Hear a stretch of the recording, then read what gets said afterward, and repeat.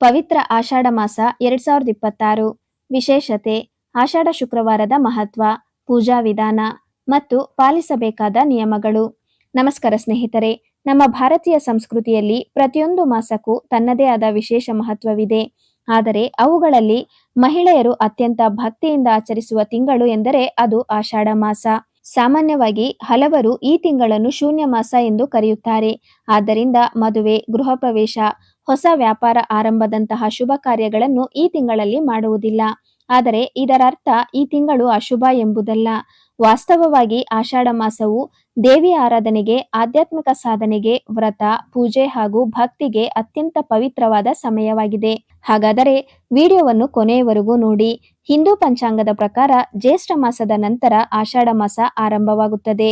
2026 ಆಷಾಢ ಮಾಸವು July 15ರಂದು ಪ್ರಾರಂಭವಾಗುತ್ತದೆ ಮತ್ತು August 12ರಂದು ಕೊನೆಗೊಳ್ಳುತ್ತದೆ. ಈ ಅವಧಿಯಲ್ಲಿ ದೇವಸ್ಥಾನಗಳಲ್ಲಿ ವಿಶೇಷ ಪೂಜೆಗಳು, ಅಲಂಕಾರಗಳು, ಉತ್ಸವಗಳು ಹಾಗೂ ಧಾರ್ಮಿಕ ಕಾರ್ಯಕ್ರಮಗಳು ನಡೆಯುತ್ತವೆ. ವಿಶೇಷವಾಗಿ ಕರ್ನಾಟಕದಲ್ಲಿ ಚಾಮುಂಡೇಶ್ವರಿ, ದುರ್ಗಾಪರಮೇಶ್ವರಿ, ಬನಶಂಕರಿ, ಯಲ್ಲಮ್ಮ, ಮಾರಿಕಾಂಬೆ ಸೇರಿದಂತೆ ಶಕ್ತಿ ದೇವತೆಗಳ ದೇವಾಲಯಗಳಲ್ಲಿ ಸಾವಿರಾರು ಭಕ್ತರು ದೇವಿಯ ದರ್ಶನ ಪಡೆಯುತ್ತಾರೆ. ಆಷಾಢ ಮಾಸವನ್ನು ಶೂನ್ಯ ಮಾಸ ಎಂದು ಏಕೆ ಕರೆಯುತ್ತಾರೆ? ಈ ಪ್ರಶ್ನೆ ಬಹುತೇಕ ಎಲ್ಲರಿಗೂ ಬರುತ್ತದೆ. ಆಷಾಢ ಮಾಸದಲ್ಲಿ ಸೂರ್ಯನ ದಕ್ಷಿಣಾಯನ ಆರಂಭವಾಗುತ್ತದೆ ಎಂದು ಶಾಸ್ತ್ರಗಳಲ್ಲಿ ಹೇಳಲಾಗಿದೆ. ಆಷಾಢ ಮಾಸವನ್ನು ಶೂನ್ಯ ಮಾಸ ಎಂದು ಏಕೆ ಕರೆಯುತ್ತಾರೆ? ಆಷಾಢ ಮಾಸದಲ್ಲಿ ಸೂರ್ಯನ ದಕ್ಷಿಣಾಯನ ಆರಂಭವಾಗುತ್ತದೆ ಎಂದು ಶಾಸ್ತ್ರಗಳಲ್ಲಿ ಹೇಳಲಾಗಿದೆ. ಈ ಅವಧಿಯಲ್ಲಿ ಆಧ್ಯಾತ್ಮಿಕ ಸಾಧನೆಗೆ ಸೂಕ್ತ ಕಾಲವೆಂದು ಪರಿಗಣಿಸಲಾಗಿದೆ. ಆದ್ದರಿಂದ ಮದುವೆ, ಗೃಹ ಪ್ರವೇಶ, ನಿಶ್ಚಿತಾರ್ಥ, ಹೊಸ ಮನೆ ಕಟ್ಟುವ ಆರಂಭ, ಹೊಸ ಉದ್ಯಮದ ಉದ್ಘಾಟನೆ ಮುಂತಾದ ಶುಭ ಕಾರ್ಯಗಳನ್ನು ಸಾಮಾನ್ಯವಾಗಿ ಮುಂದೂಡಲಾಗುತ್ತದೆ. ಆದರೆ ಇದರರ್ಥ ಈ ತಿಂಗಳು ಅಶುಭ ಎಂದಲ್ಲ. ಈ ತಿಂಗಳು ದೇವರ ಆರಾಧನೆಗೆ ಅತ್ಯಂತ ಪವಿತ್ರ ಸಮಯವಾಗಿದೆ. ಆಷಾಢ ಶುಕ್ರವಾರದ ವಿಶೇಷತೆ, ಆಷಾಢ ಮಾಸದಲ್ಲಿ ಬರುವ ಪ್ರತಿಯೊಂದು ಶುಕ್ರವಾರವು ಮಹಾಲಕ್ಷ್ಮಿ ಮತ್ತು ಪಾರ್ವತಿ ದೇವಿಯ ಆರಾಧನೆಗೆ ಮೀಸಲಾಗಿರುತ್ತದೆ.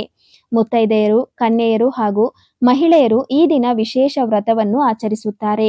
ಬೆಳಗ್ಗೆ ಬೇಗ ಎದ್ದು ಸ್ನಾನ ಮಾಡಿ ಮನೆಯ ಮುಖ್ಯ ಬಾಗಿಲಿಗೆ ರಂಗೋಲಿ ಹಾಕುತ್ತಾರೆ, ಮಾವಿನ ತೋರಣ ಕಟ್ಟುತ್ತಾರೆ, ಮನೆಯಲ್ಲಿ ದೀಪ ಬೆಳಗಿಸಿ ದೇವಿಯನ್ನು ಪೂಜಿಸುತ್ತಾರೆ. ಅನೇಕರು ರಾಹುಕಾಲದಲ್ಲಿ ನಿಂಬೆಹಣ್ಣಿನ ದೀಪ ಹಚ್ಚಿ ದುರ್ಗಾದೇವಿಗೆ ವಿಶೇಷ ಪೂಜೆ ಸಲ್ಲಿಸುತ್ತಾರೆ. ಈ ಪೂಜೆಯಿಂದ ಮನೆಯಲ್ಲಿನ ನಕಾರಾತ್ಮಕ ಶಕ್ತಿ ದೂರವಾಗುತ್ತದೆ, ಆರ್ಥಿಕ ಅಭಿವೃದ್ಧಿ ಉಂಟಾಗುತ್ತದೆ, ಆರೋಗ್ಯ ಉತ್ತಮವಾಗಿರುತ್ತದೆ, ಕುಟುಂಬದಲ್ಲಿ ಶಾಂತಿ ನೆಲೆಸುತ್ತದೆ, ಸಂತಾನ ಹಾಗೂ ಸೌಭಾಗ್ಯ ದೊರೆಯುತ್ತದೆ ಎಂಬ ನಂಬಿಕೆ ಇದೆ. ಆಷಾಢ ಶುಕ್ರವಾರದ ಪೂಜಾ ವಿಧಾನ. ಪೂಜೆ ಆರಂಭಿಸುವ ಮೊದಲು ಮನೆಯನ್ನು ಸಂಪೂರ್ಣ ಸ್ವಚ್ಛಗೊಳಿಸಿ, ಪೂಜಾ ಸ್ಥಳದಲ್ಲಿ ಕೆಂಪು ಅಥವಾ ಹಳದಿ ಬಟ್ಟೆ ಹಾಸಿ, ಅದರ ಮೇಲೆ ಲಕ್ಷ್ಮೀದೇವಿ ಅಥವಾ ದುರ್ಗಾದೇವಿಯ ಚಿತ್ರ ಅಥವಾ ವಿಗ್ರಹವನ್ನು ಪ್ರತಿಷ್ಠಾಪಿಸಿ, ಅರಿಶಿನ, ಕುಂಕುಮ, ಅಕ್ಷತೆ, ಹೂವು, ಹಣ್ಣು, ತೆಂಗಿನಕಾಯಿ ಹಾಗೂ ನೈವೇದ್ಯವನ್ನು ಸಮರ್ಪಿಸಿ, ತುಪ್ಪದ ದೀಪ ಅಥವಾ ಎಳ್ಳೆಣ್ಣೆಯ ದೀಪ ಹಚ್ಚಿ, ಸಾಧ್ಯವಾದರೆ ನಿಂಬೆಹಣ್ಣಿನ ದೀಪವನ್ನು ಬೆಳಗಿಸಬಹುದು. ನಂತರ ಲಕ್ಷ್ಮೀ ಅಷ್ಟೋತ್ತರ, ದುರ್ಗಾ ಅಷ್ಟೋತ್ತರ, ಲಲಿತಾ ಸಹಸ್ರನಾಮ ಪಠಣ ಮಾಡಬಹುದು. ಕೊನೆಯಲ್ಲಿ ಆರತಿ ಮಾಡಿ ಪ್ರಸಾದವನ್ನು ಕುಟುಂಬದವರಿಗೆ ಹಂಚಿ. ಆಷಾಢ ಮಾಸದಲ್ಲಿ ಪಾಲಿಸಬೇಕಾದ ನಿಯಮಗಳು. ಈ ತಿಂಗಳಲ್ಲಿ ಸಾಧ್ಯವಾದಷ್ಟು ಸಾತ್ವಿಕ ಆಹಾರ ಸೇವಿಸಬೇಕು.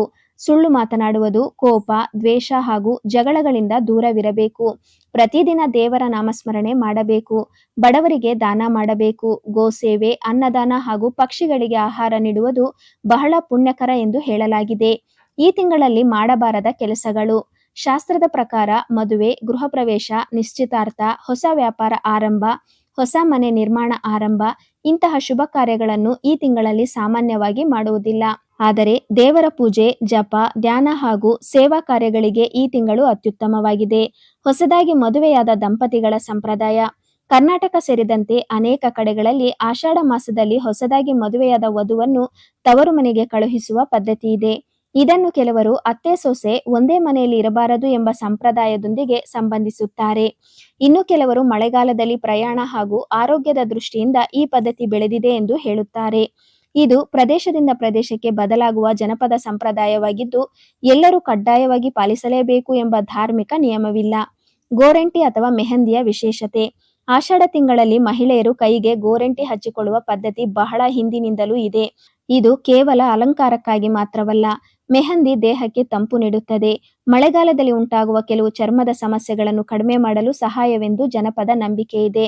ಆದ್ದರಿಂದ ಈ ಸಂಪ್ರದಾಯಕ್ಕೆ ಆರೋಗ್ಯದ ದೃಷ್ಟಿಯಿಂದಲೂ ಮಹತ್ವ ನೀಡಲಾಗಿದೆ. ಆಧ್ಯಾತ್ಮಿಕ ಸಂದೇಶ. ಆಷಾಢ ಮಾಸ ನಮಗೆ ಒಂದು ಮಹತ್ವದ ಸಂದೇಶ ನೀಡುತ್ತದೆ. ಜೀವನದಲ್ಲಿ ಕೇವಲ ಹಣ ಮತ್ತು ಯಶಸ್ಸೇ ಮುಖ್ಯವಲ್ಲ. ಮನಸ್ಸಿನ ಶಾಂತಿ, ದೇವರ ಮೇಲಿನ ಭಕ್ತಿ, ಕುಟುಂಬದ ಒಗ್ಗಟ್ಟು ಹಾಗೂ ಸತ್ಕರ್ಮಗಳೇ ನಿಜವಾದ ಸಂಪತ್ತು. ಈ ಒಂದು ತಿಂಗಳು ದೇವರ ನಾಮಸ್ಮರಣೆ, ದಾನ, ಧ್ಯಾನ ಮತ್ತು ಸಕಾರಾತ್ಮಕ ಚಿಂತನೆಗೆ ಮೀಸಲಿಟ್ಟರೆ ಜೀವನದಲ್ಲಿ ಉತ್ತಮ ಬದಲಾವಣೆಗಳು ಕಂಡುಬರಬಹುದು. ಸ್ನೇಹಿತರೆ, ಆಷಾಢ ಮಾಸವನ್ನು ಕೆಲವರು ಶೂನ್ಯ ಮಾಸ ಎಂದು ಕರೆಯಬಹುದು. ಆದರೆ ಆಧ್ಯಾತ್ಮಿಕವಾಗಿ ನೋಡಿದರೆ ಇದು ದೇವಿಯ ಅನುಗ್ರಹ ಪಡೆಯುವ ಅತ್ಯಂತ ಪವಿತ್ರ ಸಮಯವಾಗಿದೆ. ಆಷಾಢ ಶುಕ್ರವಾರಗಳಲ್ಲಿ ಭಕ್ತಿಯಿಂದ ಪೂಜೆ ಮಾಡಿ ಮನೆಯಲ್ಲಿನ ಹಿರಿಯರ ಆಶೀರ್ವಾದ ಪಡೆಯಿರಿ. ಸಾಧ್ಯವಾದಷ್ಟು ಒಳ್ಳೆಯ ಕಾರ್ಯಗಳನ್ನು ಮಾಡಿ ದೇವರ ಮೇಲಿನ ಭಕ್ತಿಯನ್ನು ಇನ್ನಷ್ಟು ಹೆಚ್ಚಿಸಿಕೊಳ್ಳಿ. ಈ ಮಾಹಿತಿಯು ನಿಮಗೆ ಉಪಯುಕ್ತವಾಗಿದ್ದರೆ ವಿಡಿಯೋವನ್ನು ಲೈಕ್ ಮಾಡಿ, ನಿಮ್ಮ ಕುಟುಂಬದವರು ಮತ್ತು ಸ್ನೇಹಿತರೊಂದಿಗೆ ಹಂಚಿಕೊಳ್ಳಿ. ಮತ್ತು ಇಂತಹ ಧಾರ್ಮಿಕ ಮತ್ತು ಆಧ್ಯಾತ್ಮಿಕ ಹಾಗೂ ಉಪಯುಕ್ತ ಮಾಹಿತಿಗಾಗಿ ನಮ್ಮ ಚಾನಲ್ ಅನ್ನು ಸಬ್ಸ್ಕ್ರೈಬ್ ಮಾಡಿ. ಧನ್ಯವಾದಗಳು.